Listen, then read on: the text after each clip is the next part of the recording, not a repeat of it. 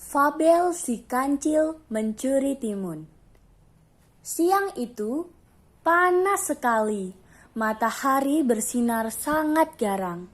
Tapi hal itu tidak terlalu dirasakan oleh kancil. Dia sedang tidur nyenyak di bawah sebatang pohon yang sangat rindang. Tiba-tiba saja mimpinya indah itu terputus. "Tolong, tolong!" terdengar teriakan dan jeritan berulang-ulang. Lalu terdengar suara derap kaki binatang yang sedang berlari-lari. "Ada apa sih?" kata kancil. Matanya berkejap-kejap terasa berat untuk dibuka karena kancil masih mengantuk. Di kejauhan, tampak segerombolan binatang berlari-lari menuju arahnya. "Kebakaran! Kebakaran! Kebakaran!" teriak kambing. "Ayo lari, Cil, ada kebakaran di hutan." Memang benar, asap tebal membubung tinggi ke angkasa. Kancil ketakutan melihatnya. Dia langsung bangkit dan berlari mengikuti teman-temannya. Kancil berlari sangat cepat. Wah, larinya cepat juga ya. Walaupun kancil bertubuh kecil, tetapi dia dapat berlari dengan cepat. Tanpa kerasa, kancil terus berlari jauh meninggalkan teman-temannya. "Aduh, nafasku habis rasanya." Kancil berhenti dengan nafas terengah-engah lalu duduk beristirahat.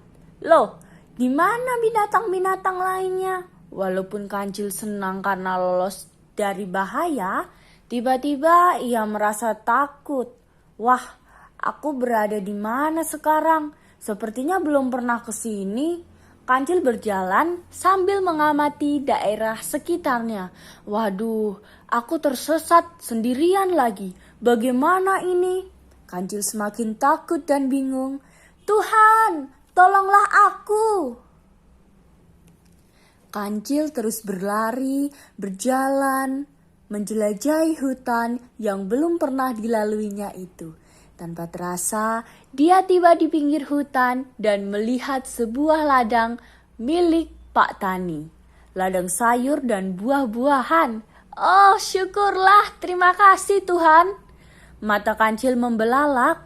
Ladang itu penuh dengan sayur-sayuran, buah-buahan yang siap dipanen. "Wow, asik sekali. Kebetulan nih, aku haus dan lapar," kata kancil sambil menelan air liurnya. "Tenggorokanku juga terasa kering, perutku juga keroncongan minta diisi. Makan dulu ah." Dengan tanpa dosa, kancil melahap sayur dan buah-buahan yang ada di ladang. Wah, kasihan Pak Tani. Dia pasti marah kalau melihat kejadian ini. Si kancil nakal sekali ya. Sedap sekali, kata kancil sambil mengusap-usap perutnya yang kekenyangan. Andai setiap hari pesta seperti ini, pasti asik. Setelah puas, kancil merebahkan dirinya di bawah sebatang pohon yang rindang. Semilir angin yang bertiup membuatnya mengantuk. Aku jadi kepingin tidur lagi, kata kancil sambil menguap. Akhirnya binatang yang nakal itu tertidur, melanjutkan tidur siangnya yang terganggu gara-gara kebakaran di hutan tadi. Wah, tidurnya begitu pulas sampai terdengar suara dengkurannya.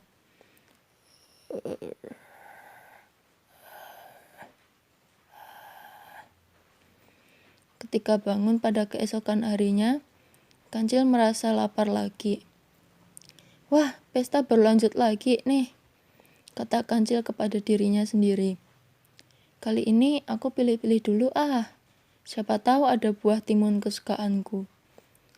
Maka kancil berjalan-jalan mengitari ladang Pak Tani yang luas itu. Wow, itu dia yang kucari, seru kancil gembira. Timunnya kelihatan begitu segar, besar-besar lagi. Wah, pasti sedap nih. Kancil langsung makan buah timun sampai kenyang. Wow, sedap sekali sarapan timun, kata kancil sambil tersenyum puas. Hari sudah agak siang. Lalu Kancil kembali ke bawah pohon rindang untuk beristirahat. Pak Tani terkejut sekali ketika melihat ladangnya. Wah, ladang timunku jadi berantakan begini, kata Pak Tani geram. Perbuatan siapa ya? Pasti ada hama baru yang ganas. Atau mungkinkah ada bocah nakal atau binatang lapar yang mencuri timunku? Ladang timun itu memang benar-benar berantakan. Banyak pohon timun yang rusak karena terinjak-injak. Dan banyak pula serpihan buah timun yang berserakan di tanah. Awas ya kau sampai tertangkap, omel Pak Tani sambil mengibas-ngibaskan sabitnya. Panen timunku jadi berantakan. Maka seharian Pak Tani sibuk membenahi kembali ladangnya yang berantakan. Dari tempat istirahatnya, Kancil juga memperhatikan Pak Tani itu. Dia pasti yang bernama Pak Tani, kata Kancil pada dirinya sendiri. Kumisnya boleh juga, tebal, hitam, dan melengkung ke atas. Lucu sekali. Sebelumnya Kancil memang belum pernah bertemu dengan manusia. Tapi dia sering mendengar cerita tentang Pak Tani dari teman-temannya. Aduh, Pak Tani kok lama ya? Ujar Kancil.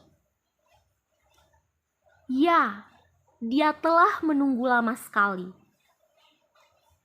Siang itu Kancil ingin makan timun lagi. Rupanya dia ketagihan makan buah timun yang segar itu. Si Kancil pencuri ketimun sore harinya.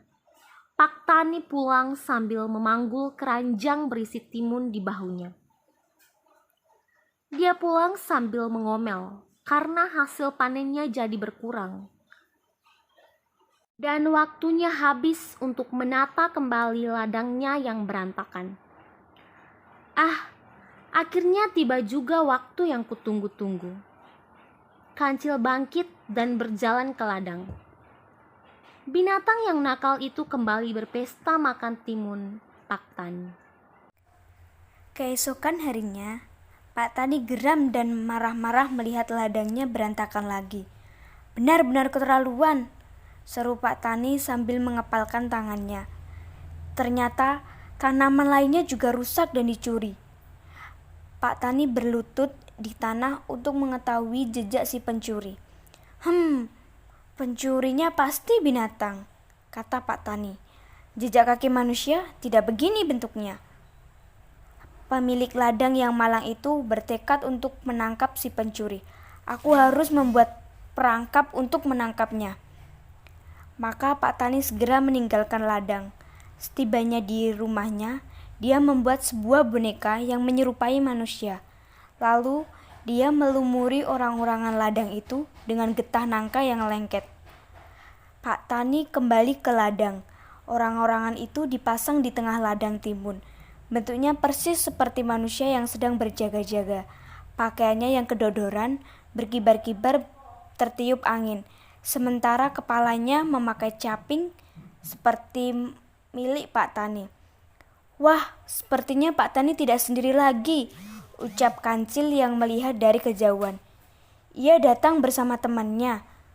Tapi mengapa temannya diam saja dan Pak Tani meninggalkannya sendirian di tengah ladang? Lama sekali Kancil menunggu kepergian teman Pak Tani. Akhirnya dia tak tahan. Lebih baik aku ke sana, kata Kancil memutuskan. Sekalian minta maaf karena telah mencuri timun Pak Tani.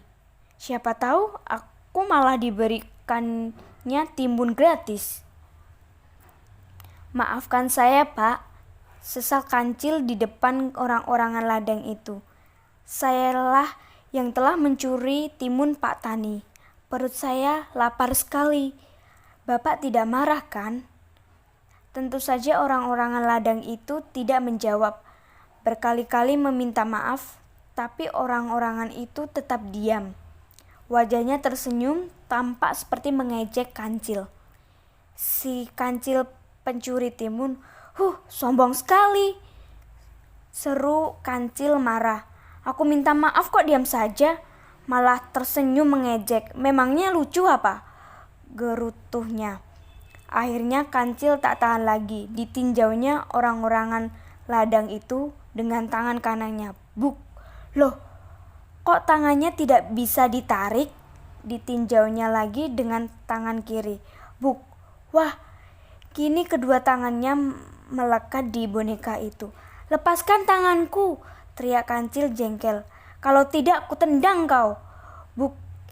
Kini kaki si Kancil malah melekat juga di tubuh orang-orangan itu. Aduh, bagaimana ini? Sore harinya, Pak Tani kembali ke ladang. Nah, ini dia pencurinya. Pak Tani senang melihat jebakannya berhasil. "Rupanya kau yang telah merusak ladang dan mencuri timunku." Pak Tani tertawa ketika melepaskan Kancil. "Katanya Kancil binatang yang cerdik," ejek Pak Tani. "Tapi kok tertipu oleh orang-orangan ladang?" Hahaha. Kancil pasrah saja ketika dibawa pulang ke rumah Pak Tani. Dia dikurung di dalam kandang ayam. Tapi Kancil terkejut ketika Pak Tani menyuruh istrinya menyiapkan bumbu sate. "Aku harus segera keluar malam ini juga," tekad Kancil. "Kalau tidak, tamatlah riwayatku." Malam harinya, ketika seisi rumah sudah tidur, Kancil memanggil-manggil anjing si penjaga rumah. "Anjing, kemarilah," bisik Kancil. "Perkenalkan, aku Kancil, binatang piaraan baru Pak Tani. Tahukah kau, besok aku akan diajak Pak Tani menghadiri pesta di rumah Pak Lurah. Asik ya?" Anjing terkejut mendengarnya. "Apa? Aku tak percaya. Aku yang sudah lama ikut Pak Tani saja tidak pernah diajak pergi. Malah kau yang diajak." Kancil tersenyum penuh arti. "Ya, terserah kalau tidak percaya. Lihat saja besok, aku tidak bohong." Rupanya anjing terpengaruh oleh kata-kata si Kancil. Dia meminta agar Kancil membujuk Pak Tani untuk mengajaknya pergi ke pesta. "Oke, aku akan berusaha membujuk Pak Tani," janji Kancil. "Tapi malam ini kau harus menemaniku tidur di kandang ayam. Bagaimana?" Anjing setuju dengan tawaran Kancil. Dia segera membuka grendel pintu kandang dan masuk. Dengan sigap, Kancil cepat-cepat keluar dari kandang. "Terima kasih," kata Kancil sambil menutup kembali grendel pintu. "Maaf loh, aku terpaksa berbohong. Titip salam ya buat Pak Tani, dan tolong sampaikan maafku padanya." Kancil segera berlari meninggalkan rumah Pak Tani. Anjing yang malang itu harus menyadari kejadian sebenarnya ketika Kancil sudah menghilang.